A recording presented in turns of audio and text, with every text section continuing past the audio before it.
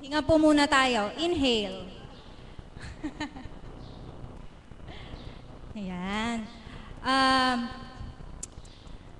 Masasabi ko po na ang plano ng tao ay hindi plano ng Diyos. Kasi hindi po ito ang araw ko para mag-facilitate sa inyo. Ngayong araw na po ito.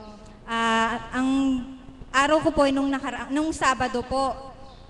Kasi hindi po natuloy dahil po may pinuntahan po ang mahal na apo. So, ngayon po yung araw na ibinigay sa akin ng Panginoon upang mag-facilitate po sa inyo ngayon. Minsan po sa buhay po natin, nasasabi po natin na may Diyos po tayo. Amen po. Pero alam po ba natin na ang Diyos na tinatawag po natin ay buhay?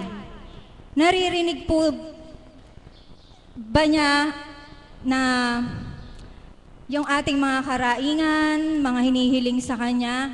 Sa dating buhay ko po, hindi ko po alam na ang Diyos ay buhay. Alam ko po na may Diyos, nagsisimba po ako, nagdadasal po ako, pero hindi ko po alam na kaagapay ko po pala ang Panginoon sa bawat araw ng aking buhay. Nang madako po ako sa banal na lugar na ito, doon ko po nalaman na ang Diyos natin ay buhay.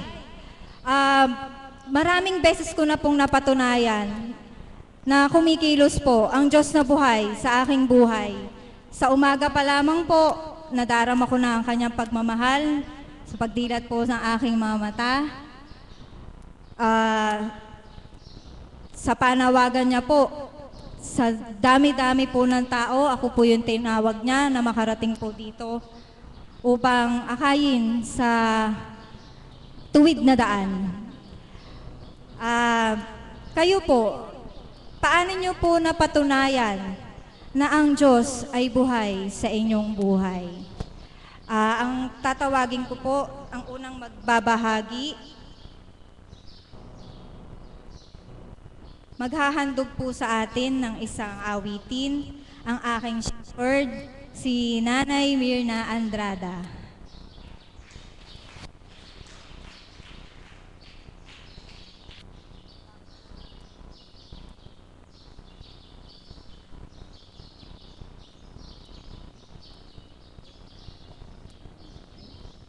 Purihin at dakilain ng Panginoong Diyos na buhay.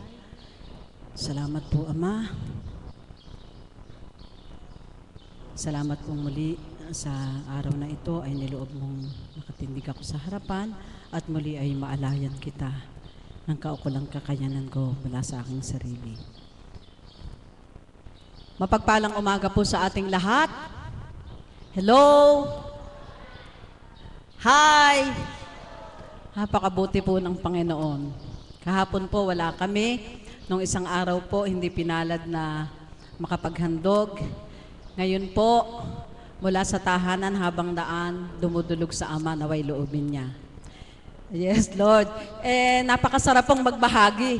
Ngunit damang-dama ko po na maraming tatawagan ng anak na Lynn upang magbahagi sa harapan. Kaya po kung ano muna yung itinakda ng Ama para sa araw na ito mula sa akin ay siya kung nasang iyalay sa Kanya at sa inyo rin po mga kapatid. Ito po ay isang pangkaraniwang awitin na naririnig po ninyo na kung saan hambing sa tinura ng mga nakaraang araw, ang mga awiting ito ay idinadatal ng banal na espiritu sa katauhan ng ating minamahal na Mami Beth Chico. Na kung saan kapag idinatal sa kanya, papasok ang text sa cellphone ko at akin namang bibigyang tuon ito upang maawit ko sa Panginoon.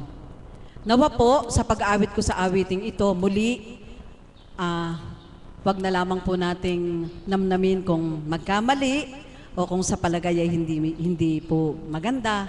Namnamin niyo po ang mga lyrics ng awitin. Ito po ay awiting pangtao, pangsanlibutan na galing din naman po sa Panginoon.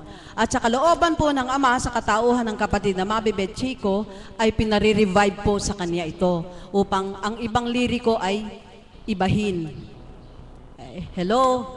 Salamat anak. Unawang-unawaan niya sapagkat galak na galak siya kapag naririnig nitong mga awiting mula sa Espiritu. Kaya po, ang awiting pong ito muli iniaalay ko po sa inyong lahat, sa ating mga kapatid na sumusubaybay, na walang sawang tumatangkilig sa ating website at ganoon din po sa ating dakilang Diyos na buhay. Napakaganda po ng tema.